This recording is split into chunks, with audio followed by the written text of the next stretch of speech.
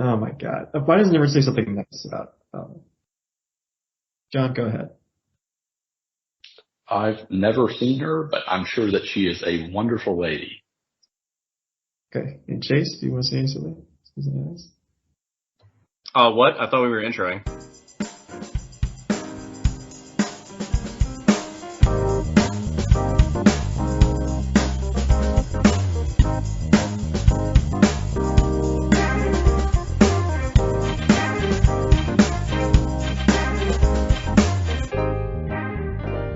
This is the Experience Podcast with me and someone else.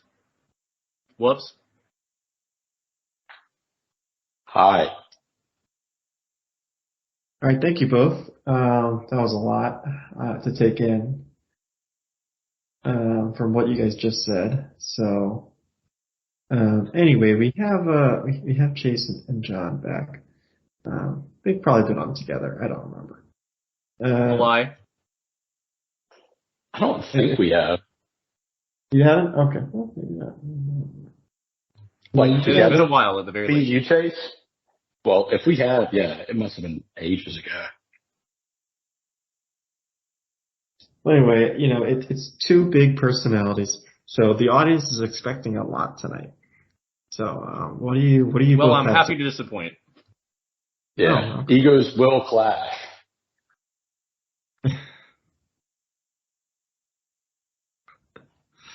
Anyway, what you been up to, Chase?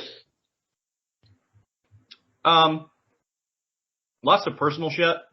I don't know if you were here when I did this, but I quit my job early, like late last year, early this year. Kind of refocusing on me for a beat, kind of figuring out, because I ended up dealing with a whole lot of shit that came up from my past, and suffice to say on that front, basically dealt with that and am now kind of moving on. You know what I mean? But, moving on means job apps. It means, kind of figuring out what I'm doing as a career. It's kind of fairly day to day. I won't say mundane, but, you probably should say mundane, right? I could use, frankly, after some of the shit I've done recently, I could use mundane, but, we're getting there. And, in general, I think things are going to get a lot better for me and a lot better for everybody soon. I think we're coming out of a dark period in history in general. And that's just about my feelings on things. So, How about y'all? Yeah, I mean, sorry, we'll get to John in a second. For our listeners and maybe John as well, there's probably a whole series of podcast episodes where we talk about Chase and his past and what he's going through, and even, I guess, well, I mean, today's an update as well, but what he's looking forward to in the future. So if you're interested, there's probably like 3 or 4, I want to say. I don't remember. Chase might remember better than I do. Where we really got in pretty deep on what's going on in Chase's life. I think one of them, at least one of them has a bit of a content warning. If you're sensitive to types of topics. And I don't have like a list of which ones he came on, but they're probably all within the last year or so, I would say, right? I think, if anyone wants like a background, but, John, go ahead, follow that up. Yeah, gotcha. Well, I was going to ask, do you see the light at the end of the tunnel, metaphorically? You feel literally. like you're coming out of it? Literally. I do, and okay. There's a whole lot. I'll put it this way: there's a whole lot I can't share and I can't say for, like, to anyone. But what I've learned it's shifted my perspective radically, and it's given me kind of the confirmation that I've needed to keep going. And not just that, but also the understanding that things are about to rapidly improve. And, that's not something that I had for years. I'll put it that way. So, I literally can't say anymore. Yeah, that's but cool. but suffice to say, well, I don't know. Just coming out of a dark period. I think the world will be coming out of a dark period too, pretty soon. Because, Christ, COVID and hell, this year's been pretty fucking rough. Yeah, I'm sure. I mean, I could tell. It seemed like COVID, like the whole quarantine thing, made depressed people out of a lot of us. You just stay indoors all day and you get acclimated to it. It's like, I mean, Yeah. how would you not get depressed, right? But I don't know. It seems like we're all kind of readapting to new life the way it was before that pandemic. So that's always good. Well, I was going to ask what's your line of work that you're looking into? Like what would be your dream job? Energy John, engineering. Can you get out of the atrium you're in? Oh, sorry. Yeah, go ahead. Sorry, Chase, I interrupted you. I was going to say my dream job, which, it's just not going to happen for a while. But, I'll never say never, to quote everybody's favorite bowl-cutted, bedecked motherfucker who has way more popularity than he should. But, I'd like to work on energy engineering because part of what I've done over the past year while I was busy dealing with shit was take a look at kind of old physics and shit and came to some horrifying conclusions about how delusional physics is and how fucked it is and why we don't have serious technology on Earth. And the answer is the physics are totally wrong and fucked up, but, who am I to say? But suffice to say, I see that the future of this planet is you have to power civilization, and it cannot be with the memes that we have on this planet now. It cannot be fossil fuels. It can't be, boiling water with nuclear fission to turn a turbine, and it most certainly isn't going to be explosive mining, rare earth materials to put inefficient solar panels in people's homes. So it's got to be something serious. I'm hoping to work on maybe at some point later in life nuclear fusion. There's a whole swathe of particle physics that are currently unavailable that I believe we will be discovering shortly. That will lead to things like, actual superconductors as opposed to the fake one. I don't know how much you know about that LK99 sample or whatever. That's just, tip of the iceberg in terms of fake shit. But, that's what I hope to work on. And, I'm sure in terms of the weeds, Daniel can tell you everything, right? Because he actually works you still work at that nuclear power plant, right? Or did you move? Wait, hang on. I now work for the Nuclear Regulatory Commission. So even better. You've leveraged into a cushy white collar job. Excellent. Jeez, they're always hiring. Say throne. Yes. But anyway, so I would like to work in actually constructing serious energy technology, and I think that will require what I believe to be the imminent collapse of literally 100 years of physics, specifically the quantum theory, which is complete bullshit and has kind of straddled physics or kept physics from advancing for a very long time. So I'm looking forward to that. It's about timing on that one. Find a job until then because, we'll see. That's what I'd like to do. How about you guys? Well, no, but before I was going to ask too. You said something about, what did you say about something being antiquated, like quantum physics or something? Antiquated, I mean entirely wrong. Our predominant theory of... What do you believe in? String theory? No, it's bullshit too. What do you believe in? I believe that the particles that... Well, first of all, we have yet to discover a whole class of fundamental particle of the universe. For example, neutrinos. We have discovered 3, what we call neutrinos, which are 3 different classes of particle that we have mislabeled neutrinos because we tried to fit them into what's called the standard model of particle physics, which is touted as the most beautiful, elegant, and successful physics theory in history, rather. And it's all bullshit because it's based on quantum field theory, and quantum field theory is total bullshit. And it's literally the result of experiments that did not understand what we were doing. And it's tragic because what it confirmed for me was when I took a look, when I was doing research at Tech and reading papers, and I was saying I didn't understand the jargon, what I didn't understand was the replicability crisis. I don't know how much you guys have looked into science here, but a lot of it is straight up fabricated. A colossal amount of physics research is fabrication. Well, there are these biases where like people want a certain result and they kind of money, not even on purpose, but they kind of slightly end up finding data that, leads towards certain conclusion, right? Like no, John Roberts, you're giving. I appreciate the diplomatic take, but they're literally fabricating data in every major university. And the reason I know this is because I read these papers.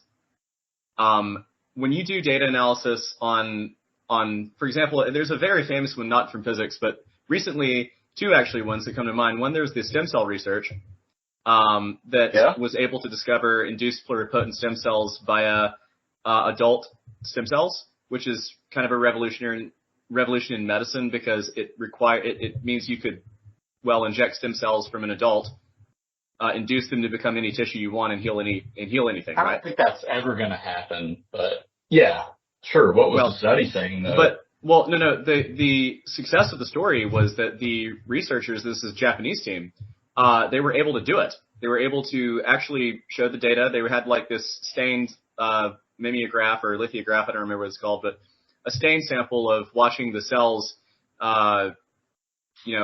do what they were doing, properly transform into the target stem cell. And that was a revolution because that was the first time it had happened. That was in 2014. And more recently, it was discovered that data were entirely fake. Everything about that was fake. And they were on fast track for Nobel, right? And so that's one example. Another example, and that's in biology, of course. I'm blanking on the other example that came to mind, but the stem cell one is just a huge example.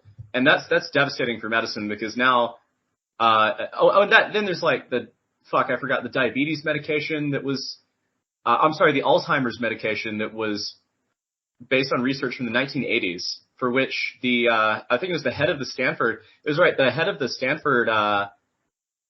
president of, I forget who it was who resigned recently. It was like president of Stanford or some shit, because his research in the 1980s that got him, everything in his life was completely fabricated.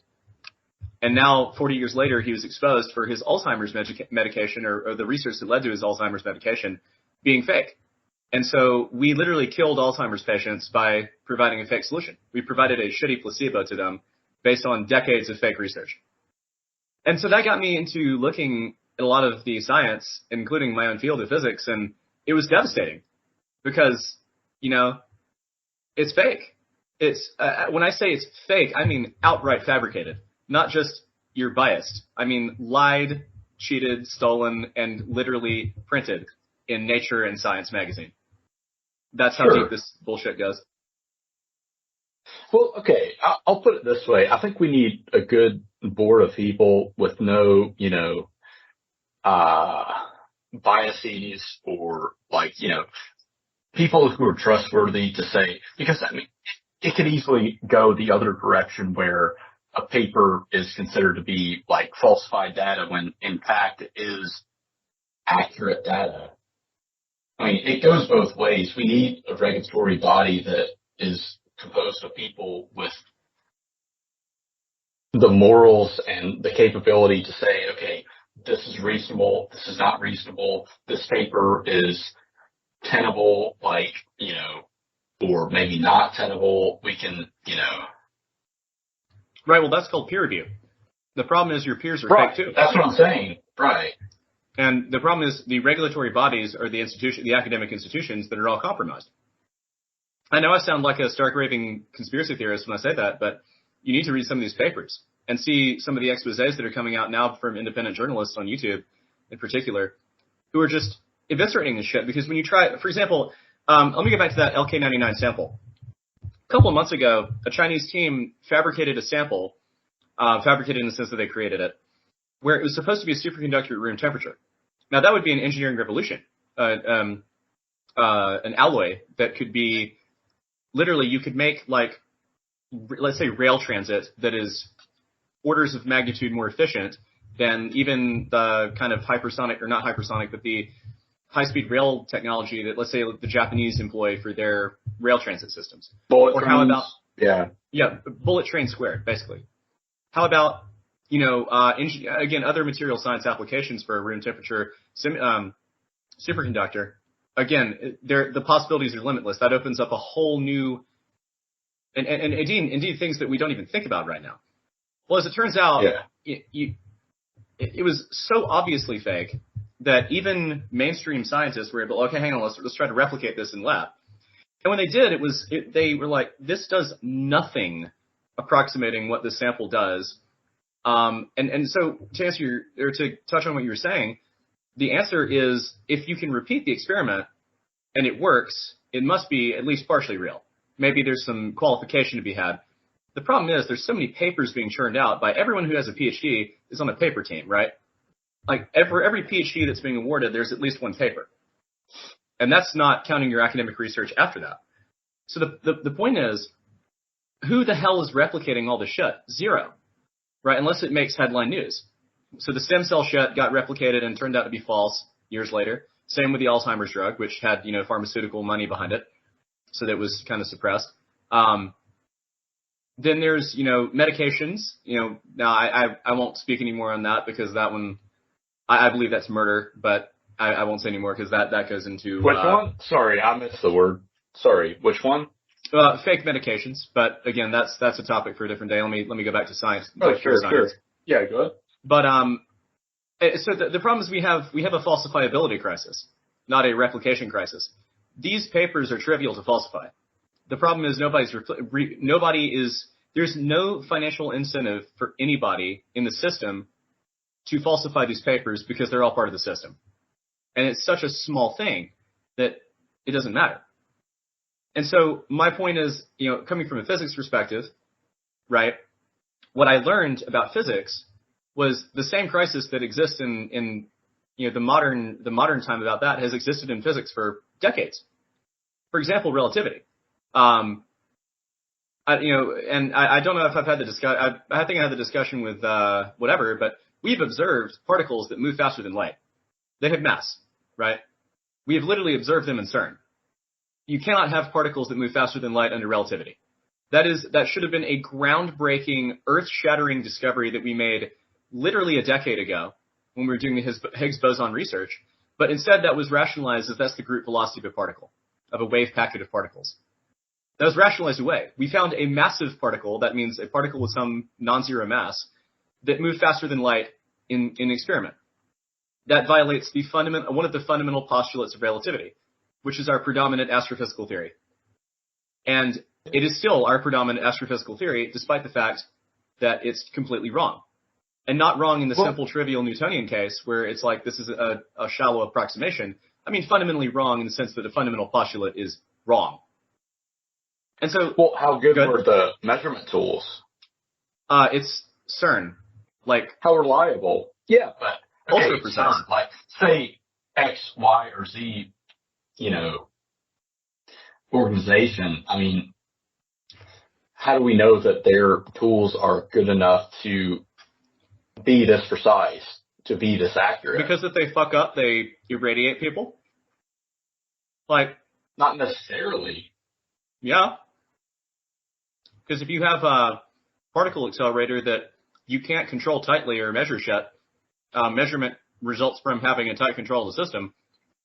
First of all, you're also dumping millions of dollars into the system and thousands of dollars every time you fire it.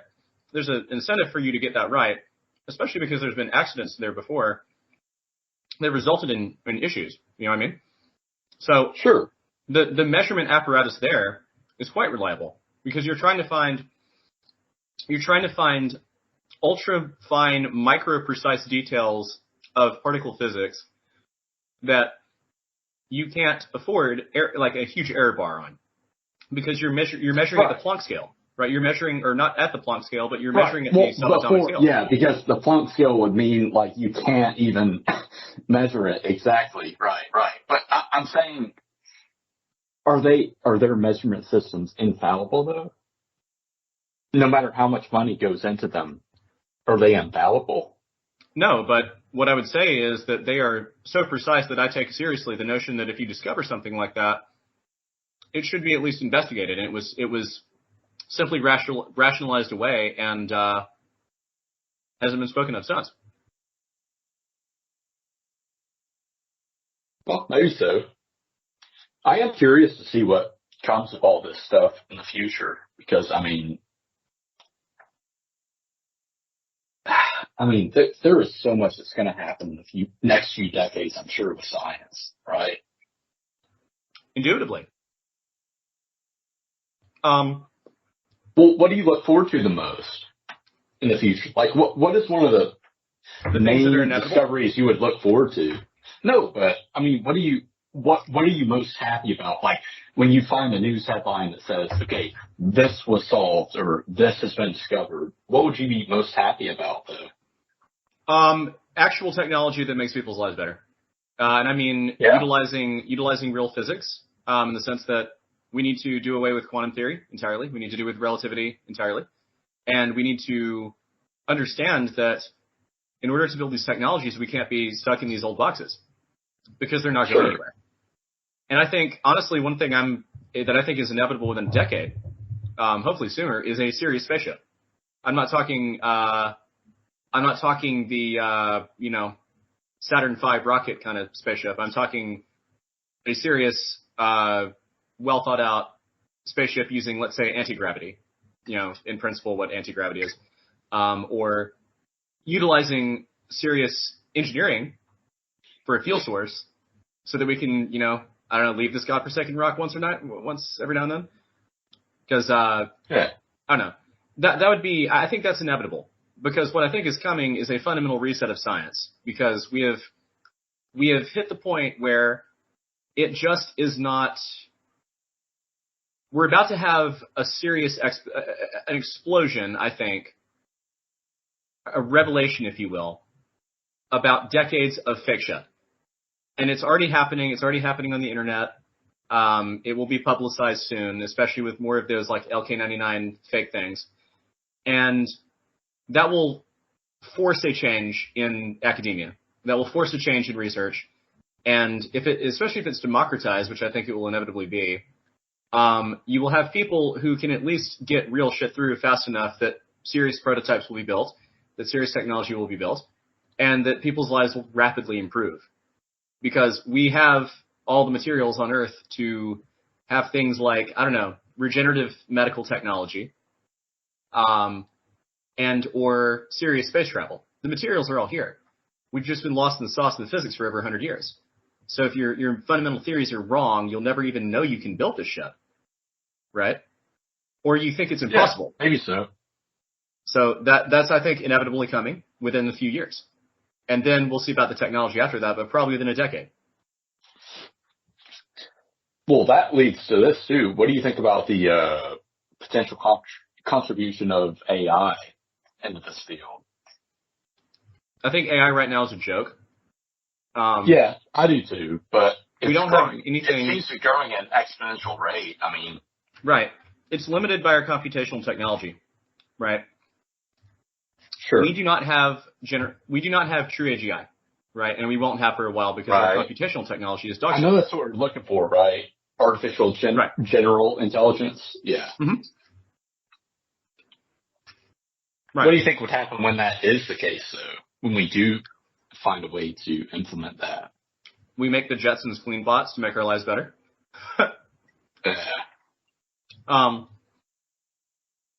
So, AI is going to fold in with this. And I mentioned, I know in a prior episode of this, I was talking with Daniel about people have this they're terrified, like older people in particular, are utterly terrified of AI.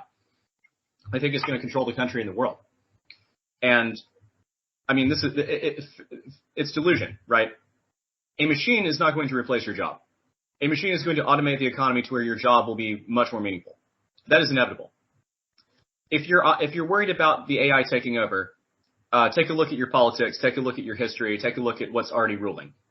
Why are you afraid of your smartphone? Right? That's another that's another question. Because of all the AI that, the current AI that's used on your smartphone, it's just under the hood in a way, out of sight, out of mind, right? So all these people, and I understand why the fear is, right? Why it's there, because these people were raised on, I don't know, HAL 9000 from, 2001, Space Odyssey. Yeah. They've got this Where they were talking about the evils of AI Right. and like computer intelligence and all that. Yeah. Yeah. But you ask anybody the age of 35 or younger, they're like, we should be automating everything. Our robots should be making things more efficient. We need this, and it's going to fold in with that, because think about when you have real, let's say, I'll say quantum tech for now, just because it's relative to the Earth, to kind of Earth physics at this time. But if you have the technology to literally use particles in a way that they're supposed to be used, that is, you can understand where they are in space and time, you can understand their momentum and their position exactly. You can build real, serious computational technology that is far more efficient than simply just being in what I call the electron box. Now, not that we're going to be ditching electronics, Christ, but and there's just a whole host of technology that will be open and available to us. So, and I think that's inevitable, because that's part of the revolution that's coming, right? Because again, we're about to expose how fake science has been. We're about to, question everything. Things are about to rapidly improve, because we will be stuck. We've been stuck for so long that they have to, right? At least that's my belief. Perhaps I'm delusional. I highly doubt that, though.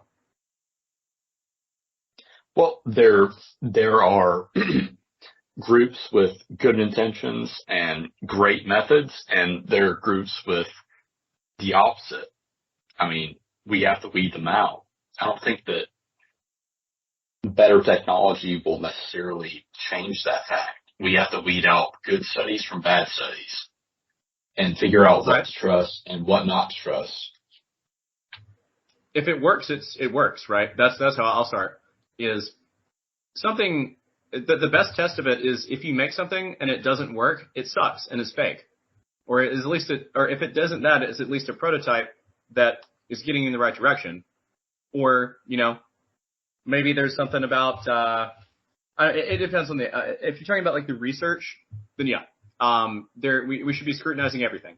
That's the ethos of science. That's at least what I grew up on. I read like David Hume and shit, and God, I'm sorry for telling you that, but I was into the philosophy of science from a young age, and words on the page, but I took it seriously. I took the Sagans and the fucking deGrasse Tyson seriously when they say, question everything. And especially recently, it's been, everything except science is working. Don't worry about it. And it turns out the field that needed the most questioning was science. So that's where I'm at. And honestly, I wouldn't mind if I were a part of that, like movement of, we have to destroy the old to make the new. Because I can literally diagram for you why, for example, there is no wave particle duality. That is a misunderstanding of fundamental physics that has existed for over 100 years from an experiment that did not get things fundamentally right. Right? And sure. How can this be? How can that be? Well, it's a simple error, and yet it built the Schrodinger. I mean, it led to the Schrodinger equation. It led to de Broglie. It led to the understanding that you cannot know where a fucking electron is around the nucleus. You should see the probability functions for that motherfucker. Useless. And that affects our chemistry. We don't understand how things bond properly, because our theory of, let's say, quantum chemistry is total bullshit. So it's a failure cascade is what it is. And I would love to do this, and this can be pushed back at first, but the inevitable march of reality will go forward.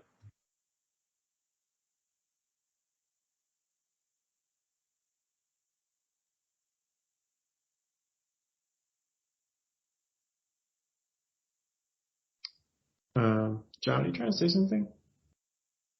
Mm-hmm. Oh, okay. I'm not really sure how to. Yeah, I don't know. I'm not sure how to follow that up. I mean, I just go random places on this podcast. I don't, time's moving forward. Shit's gonna happen one way or another. Yeah, it's cool. Well, okay. The last thing I'll say is, did you mention the Schrodinger, electron cloud model? Yes. Do you feel that it's, inaccurate or, I don't know, how would you describe it? Not only is the Schrodinger model of the atom, well, really, it's more precisely a model of one-dimensional and then three-dimensional time evolution of a particle. Sure. It's mechanics, like the Newtonian equivalent being like F equals ma. Not only is it fundamentally wrong, it is so wrong that it led people to a delusion about the subatomic world that has kept our civilization in chains. I cannot describe to you right now precisely why that statement makes sense, but think about it this way. If we knew precisely, or if we understood that you can know precisely the location of an electron, or a positron, which is also a quantum mechanical particle described by a wave function, Schrodinger. I'll just say Schrodinger, right?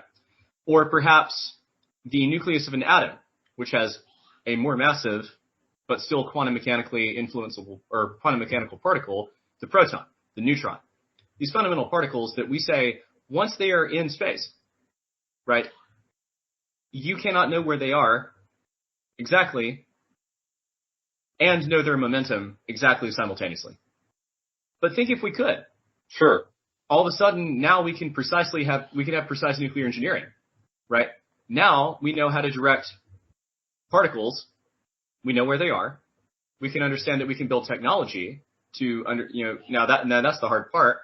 Part of the problem is the technology is behind the fucking times because our physics have just assumed for decades, well, you can't know the two. It's literally Heisenberg's uncertainty principle, right?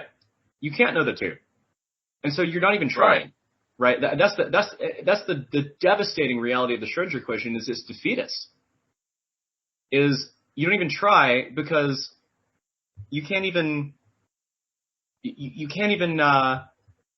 know, and that's the fundamental of the theory. So why bother?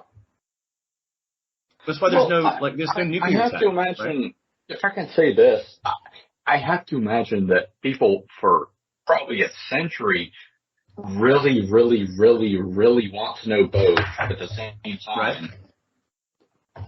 And despite their best efforts, the most intelligent people of our entire human race have not been able to do that. And I don't think that's because of the fact that, research culture is flawed or anything like that, but it's like some things are unknowable without the proper technology and Indeed. The proper methods.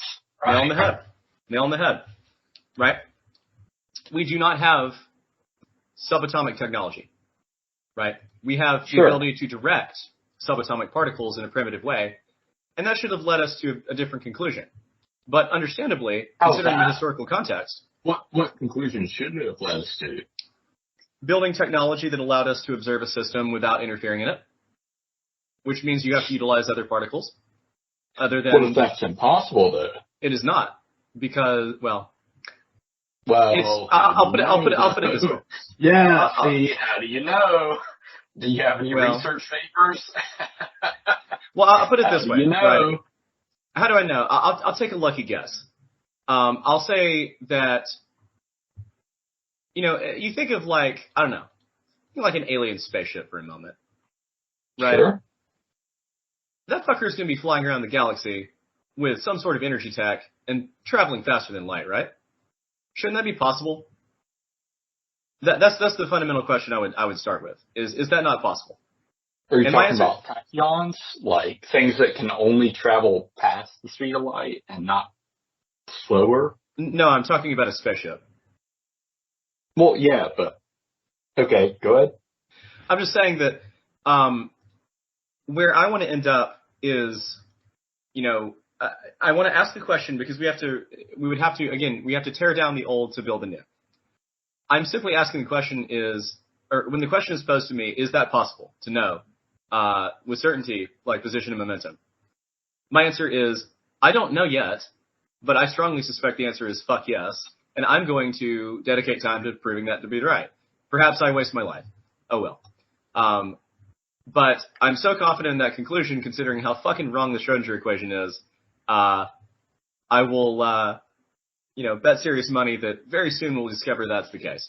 At least that's what I'm banking on. Now, I might be proven wrong. I might be, we'll see how long it takes. But I highly doubt that I'm wrong. I'll put it that way. Sure. And hey, I respect you for that. It would be very hard for me to go against an entire field and be like, okay, I'm going to do this, and whatever you say,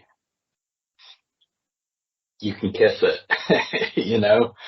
I feel like a lot of the main physicists that we know might have done that at some point. So, Well, they did. A lot of serious science was generated by iconoclasts. It's just those are censored. Exactly. Those are not awarded PhDs. If, for example, you said not Boltzmann. I don't know. See, let's think about Michael Faraday. He supposedly didn't know algebra 2. And yet he came up with induction. Do you think he would be taken seriously in a modern university? No, you don't have a PhD. You're working with some cringe in your lab, in your basement. You don't matter. That's a fundamental issue with science, is that it's credentials. It's politics. It's bureaucracy. And that's my other issue, is not just the fake science, but the fakers at the top.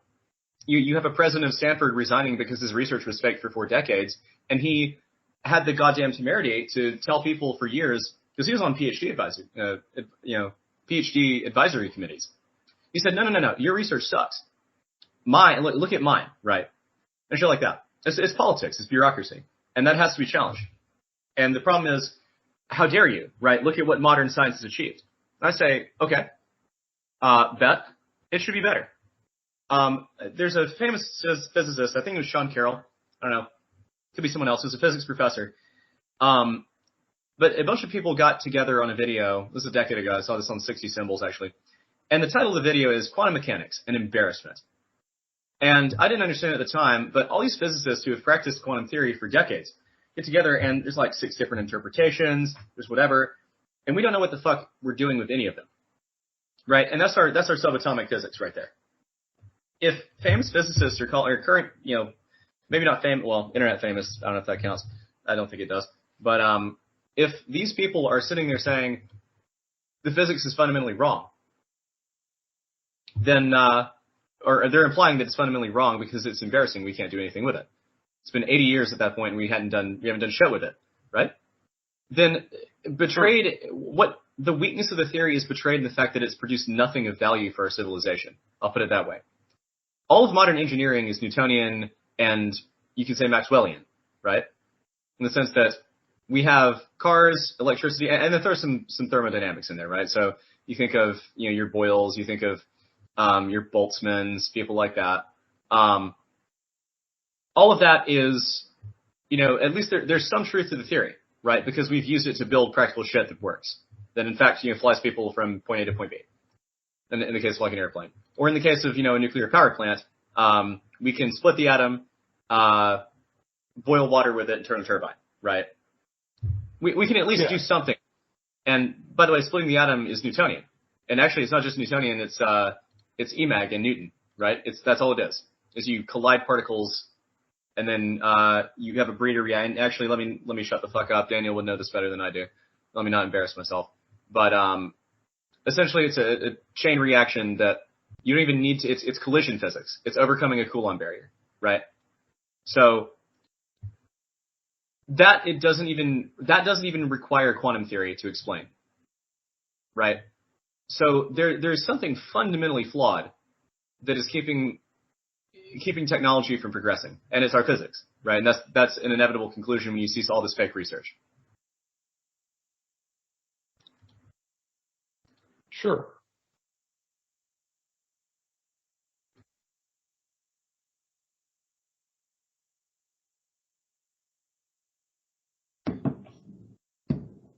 Yeah. Okay. John, is this too much for you? Are you overloading? Uh, is Nah. John, so for reference, Chase, John's whole job is just looking in people's ears and stuff. So I mean, Oh, Yeah. excellent. Oh, what do you do? I'm trying to become a doctor. Oh, nice. Well, I come from a medically oriented family, so God help you, but good luck. Yeah, it sucks. Who in your family was a doctor? Nobody in my family is a doctor. It's just they were either nurses or NPs or, you know, glorified. I don't know.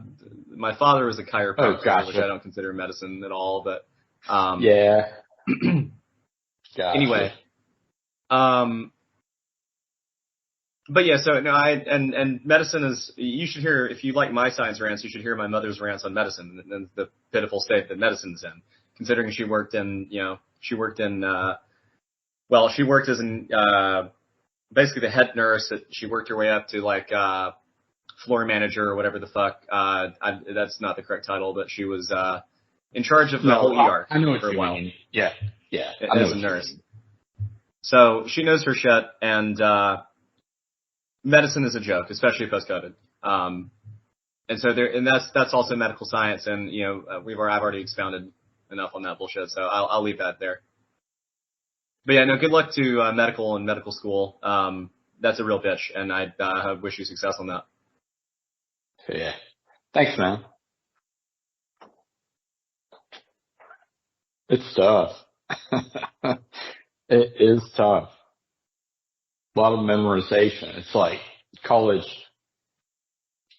like second round, you know? Yeah.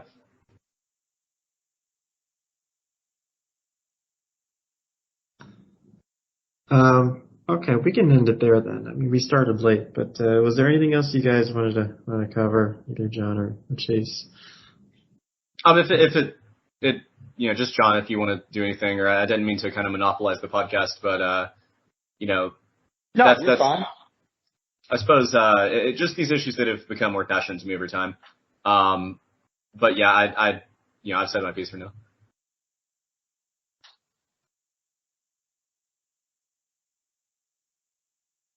Okay, well, thank you both for coming on. Yeah. Thanks for having me. And thank you, Daniel.